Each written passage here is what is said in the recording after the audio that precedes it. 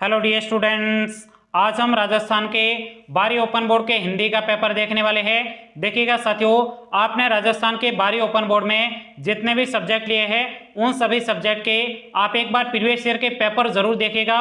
Paper देखने से आपको पता चलता है कि उस सब्जेक्ट में टोटल कितने नंबर का पेपर होता है, कितने छोटे अंकों के प्रश्न पूछे जाते हैं, कितने बड़े अंकों के प्रश्न पूछे जाते हैं, कौन से चैप्टर के अथवा में प्रश्न पूछे जाते हैं, कौन से चैप्टर से हर बार बड़े अंकों का प्रश्न पूछा जाता है, कौन से चैप्टर से हर बार छोटे अंकों का प्रश्न पूछा जाता है। ये तमाम प्रकार का विश्लेषण आपको राजस्थान के बारी ओपन बोर्ड के पिछले साल के पेपर देखने पर पता चलता है। तो आज हम राजस्थान के बारी ओपन बोर्ड के पिछले साल का पेपर देखने वाले हैं। तो चलिए स्टार्ट करते हैं। देखिएगा साथियों, यहाँ पे आपको सबसे पहले अपने पेपर में रोल नंबर लिखने होते हैं। उसके बाद में जैसे ही आप नीचे आओगे यहाँ पे आपको परीक्षा का दिन और दिनांक लिखना होता है और उसके बाद में यहाँ पे आपके निरीक्षकों के हस्ताक्षर किए जाते हैं। उसके बाद में जैसे ही आप थोड़ा नीचे आओगे तो यहाँ पे आपको कुछ सामान्य अनुदेश दिए गए हैं। तो इन सामान्य अनुदेश को आप अच्छे तरीके से पढ़ सकते हो। चलेगा, बढ़ते हैं दूसरे पेज की तरफ। दूसरे पेज पर आप जैसे आओगे तो यहाँ पे आपको पता चलेगा कि आपके जो टोटल पेपर है वो आपके टोटल पेपर कितने नंबर का होगा, 100 नंबर का होगा। उसके बाद में यहाँ पे आपको कुछ सामान्य निर्देश दिए गए हैं। चलेगा, बढ़ते हैं पहले प्रश्न की तरफ। उससे पहले एक छोटी सी बात बता दूं। देखिएगा साथियों, आप राजस्थान के बारी ओपन बोर्ड के सभी विषयों के पेपर कैसे देख सकते हो, चलेगा मैं आपको पूरा प्रोसेस बताता हूँ। सबसे पहले आपको क्या करना है, अपने मोबाइल का लॉक ओपन कर देना है और उसके बाद में आपके मोबाइल में जहां पे भी गूगल लिखा होगा ना, उस गूगल के ऊपर आपको क्लिक कर देना है। क्लिक करने के बाद में यहाँ पे आपको लिखना है MOST, उसके बाद में स्पेस EXAM। इस प्रकार से आपको मोस्ट एग्जाम लिखना है। मोस्ट एग्जाम लिखने के बाद में यहाँ पे जो आपको सर्च का बटन दिया गया है इसके ऊपर आपको सिंपल तरीके से क्लिक कर देना है। क्लिक करने के बाद में आपके सामने इस प्रकार से मोस्ट एग्जाम लिखा होगा, इसके ऊपर भी आपको क्लिक कर देना है। क्लिक करने के बाद में यहाँ पे आपको थोड़ा नीचे आना है। यहाँ पे देखिएगा लिखा हुआ है Rajasthan state open board Jaipur और उसके बाद में इसके सामने जो क्लिक लिखा हुआ है इसके ऊपर आपको सिंपल तरीके से क्लिक कर देना है। क्लिक करने के बाद में आपके सामने इस प्रकार से एक पेज खुल जाएगा। यहाँ पे आपको राजस्थान ओपन बोर्ड की तमाम प्रकार की जानकारी दी गई है। यदि आपको यहाँ पे राजस्थान के 10वीं ओपन बोर्ड के सभी नोट्स देखने हैं तो यहाँ पे देख सकते हो। यदि आपको बारी ओपन बोर्ड के सभी विषयों के नोट्स देखने हैं तो यहाँ पे क्लिक करके देख सकते हो। और यदि आपको राजस्थान के 10वीं ओपन बोर्ड के पिछले साल के सभी पेपर देखने हैं तो यहाँ पे क्लिक करना है। लेकिन हमें तो राजस्थान के बारी ओपन बोर्ड के विषय के पेपर देखने हैं तो उसके सामने जो क्लिक लिखा हुआ है इसके ऊपर आपको सिंपल तरीके से क्लिक कर देना है। क्लिक करने के बाद में देखिएगा यहाँ पे लिखा हुआ है राजस्थान ओपन बोर्ड जयपुर और उसके बाद में बारी ओपन बोर्ड और उसके बाद में सभी विषयों के पेपर यहाँ पे देखे तो यहाँ पे आपको सभी विषयों के पेपर मिल जाएंगे। यहाँ पे आपको हिंदी विषय का पेपर देखना है तो इसके सामने जो क्लिक लिखा हुआ है इसके ऊपर आपको सिंपल तरीके से क्लिक कर देना है। क्लिक करने के बाद में यहाँ पे आपको हिंदी के पेपर से संबंधित तमाम प्रकार की जानकारी दी गई है। उसके बाद में आपको थोड़ा नीचे आना है, थोड़ा और नीचे आना है, थोड़ा और नीचे आइएगा। यहाँ पे आपको तमाम प्रकार की जानकारी दी गई है। उसके बाद में आप यहाँ पे देखिएगा, यहाँ पे आपको राजस्थान के बारी ओपन बोर्ड के हिंदी का पेपर दिया गया है। तो यहाँ पे आकर आप अच्छे तरीके से हिंदी का पेपर पढ़ सकते हो। आई बात आपको समझ में? तो यहाँ पे अच्छे से आप पेपर सभी एक साथ देख सकते हो। चलेगा, बढ़ते हैं आगे और प्रश्नों को अच्छे तरीके से मैं आपको समझाता हूँ कि कितने छोटे अंकों के प्रश्न पूछे जाएंगे और कितने बड़े अंकों के प्रश्न पूछे जाएंगे। तो देखिएगा साथियों, ये आपके पहला प्रश्न है। पहले प्रश्न में एक तो आपके क है और दूसरा आपके है यहाँ पे ख। दो प्रश्न पूछे जाएंगे। क में क्या पूछा जा रहा है ध्यान से समझिएगा। यहाँ पे आपको एक काव्यांश दिया जाएगा, उस काव्यांश की आपको सप्रसंग व्याख्या करनी है। देखिएगा यहाँ पे आपको दो काव्यांश दिए जाएंगे। पहला तो ये काव्यांश है और दूसरा आपके ये काव्यांश है। इन दोनों में से आपको एक को करना होता है क्योंकि ये दोनों क्या है आपके अथवा में है।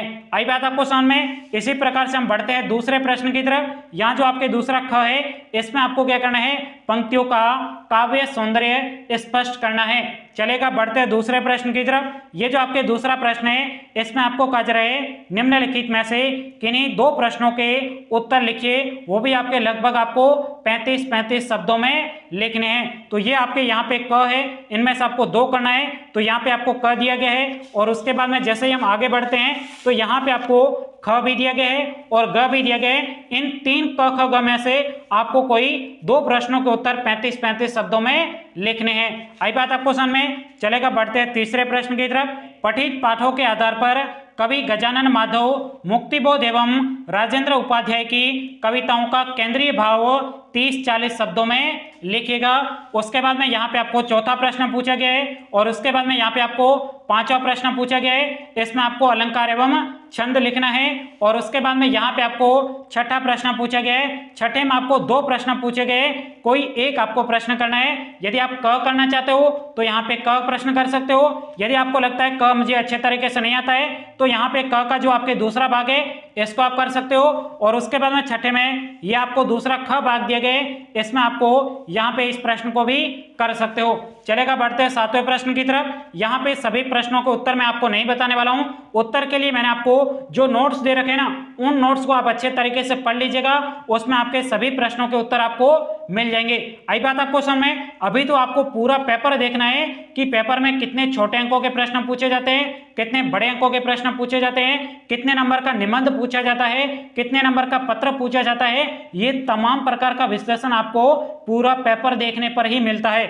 उसके बाद में देखिएगा, ये आपके 7वां प्रश्न है। 7वें में आपको किन्हीं 2 प्रश्नों के उत्तर जानने हैं। यहाँ पे आपको 3 प्रश्न दिए गए, 2 प्रश्नों के उत्तर आपको आसानी से लिखने हैं। और उसके बाद में ये आपके 8वां प्रश्न है। उसके बाद में बढ़ते हैं 9वें प्रश्न की तरफ। 9वें प्रश्न में आपको यहाँ पे दोनों ही प्रश्न दिए गए, दोनों प्रश्नों के उत्तर आपको 50-50 शब्दों में लिखने हैं। यदि आप इन दोनों प्रश्नों के उत्तर नहीं लिखने हो तो यहाँ पे जो आपको अथवा में दिए गए इस प्रश्न को भी आप कर सकते हो। उसके बाद में यहाँ पे आपको 10वां प्रश्न दिए गए, ये आपके 11वां प्रश्न, ये आपके 12वां प्रश्न है। और उसके बाद में यहाँ पे आपको अपठित काव्यांश दिया गया है, यानी ये जो है ना आपके अपठित है, आपकी किताब में नहीं था, लेकिन आपको इसको अच्छे तरीके से पढ़ना है। और उसके बाद में यहाँ पे जो आपको 5 प्रश्न पूछे गए, इन 5 प्रश्नों का उत्तर भी आपको यहाँ पे इस अपठित काव्यांश में दिए गए, इसको पढ़कर सीधा आप उत्तर लिख सकते हो। और उसके बाद में यहाँ पे आपको 13वां प्रश्न का जरा है, इसमें भी आपको अपठित गद्यांश दिए गए, इस अपठित गद्यांश को आपको अच्छे तरीके से पढ़ना है। और उसके बाद में नीचे जो आपके प्रश्न पूछे गए ना, इन प्रश्नों का उत्तर आपको इसी गद्यांश में मिलने वाला है। चलेगा, बढ़ते हैं आगे। यहाँ पे देखिएगा, टोटल आपके 11 प्रश्न पूछे गए हैं उसी अपठित गद्यांश में। इन सभी प्रश्नों के उत्तर आपके उसी अपठित गद्यांश में दिए गए हैं। उसके बाद में बढ़ते हैं 14वें प्रश्न की तरफ। यहाँ पे देखिएगा, 14वें प्रश्न में आपको यहाँ पे क ख ग घ इस प्रकार से आपको यहाँ पे 5 प्रश्न दिए गए, निर्देश अनुसार आपको करने हैं। जैसा आपको निर्देश दिया जा रहा है वैसे ही आपको इन प्रश्नों का उत्तर लिखना है। और उसके बाद में यहाँ पे हम बढ़ते हैं अगले 15वें प्रश्न की तरफ।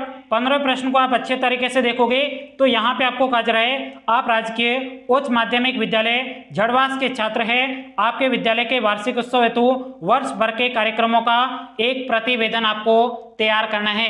आई बात आपको समझ में? इसके लिए आपको एक प्रतिवेदन लिखना भी आना चाहिए। यदि आपको ये प्रतिवेदन लिखना नहीं आता है तो उसके अथवा में जो आपको ये प्रश्न दे रखा है, इसमें आपको कहा जा रहा है निम्नलिखित गद्यांश का 1/3 शब्दों में सार लिखिए, यानी इसका समरी लिखना है कि इसमें आखिरकार क्या कहा गया है। इसका आपको सार अपने शब्दों में, कम शब्दों में लिखना है, यानी 1/3 शब्दों में आपको इसमें क्या कुछ बातें कही गई है वो आपको इंपॉर्टेंट बातें लिख देनी है। ये आपके टोटल आपके कितने नंबर का प्रश्न है? 4 नंबर का प्रश्न है। उसके बाद में बढ़ते हैं 16वें प्रश्न की तरफ। 16वें प्रश्न में देखोगे तो यहाँ पे आपको निम्नलिखित में किसी एक विषय पर लगभग 300 शब्दों में आपको क्या लिखना है? निबंध लिखना है। इसमें आप देख सकते हो यहाँ पे आपको टोटल 4 निबंध के टॉपिक दिए गए, किसी एक विषय पर आप आसानी से निबंध लिख सकते हो। चलेगा, बढ़ते हैं अब आगे की तरफ। तो यहाँ पे आगे आपको 17वां प्रश्न दिया जा रहा है। 17वें प्रश्न में आप देखोगे तो यहाँ पे कहा जा रहा है आपको निम्नलिखित में से किसी एक सूक्ति का भाव पलवन कीजिए, यानी यहाँ पे आपको 2 सूक्ति दी गई, उसमें से किसी एक सूक्ति का आपको भाव लिखना है। आई बात आपको समझ में? चलेगा, बढ़ते हैं यहाँ पे 18वें प्रश्न की तरफ। 18वें प्रश्न में देखोगे अर्ध सरकारी पत्रक किसे कहते हैं और यह कब लिखा जाता है, इस प्रश्न का उत्तर देना है। यदि आपको ये नहीं पता है तो इसके अथवा में जो आपको प्रश्न पूछा गया है इसका भी उत्तर आप लिख सकते हो।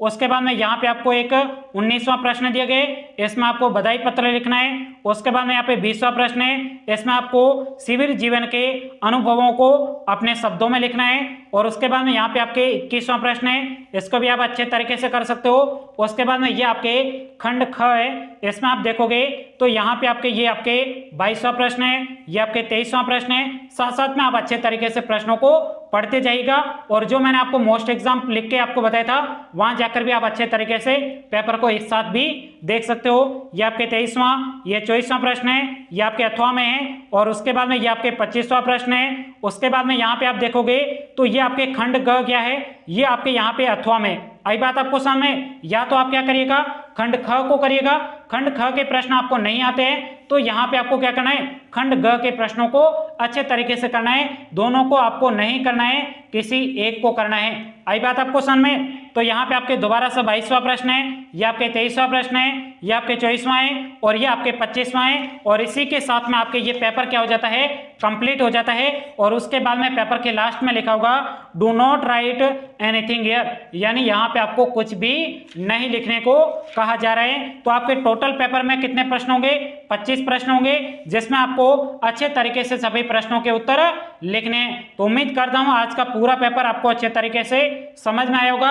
आगे कौन से विषय का पेपर अपलोड करूं उस विषय का नाम आप कमेंट्स करके जरूर बताइएगा। मिलते हैं नए वीडियो में, तब तक के लिए जय हिंद जय भारत।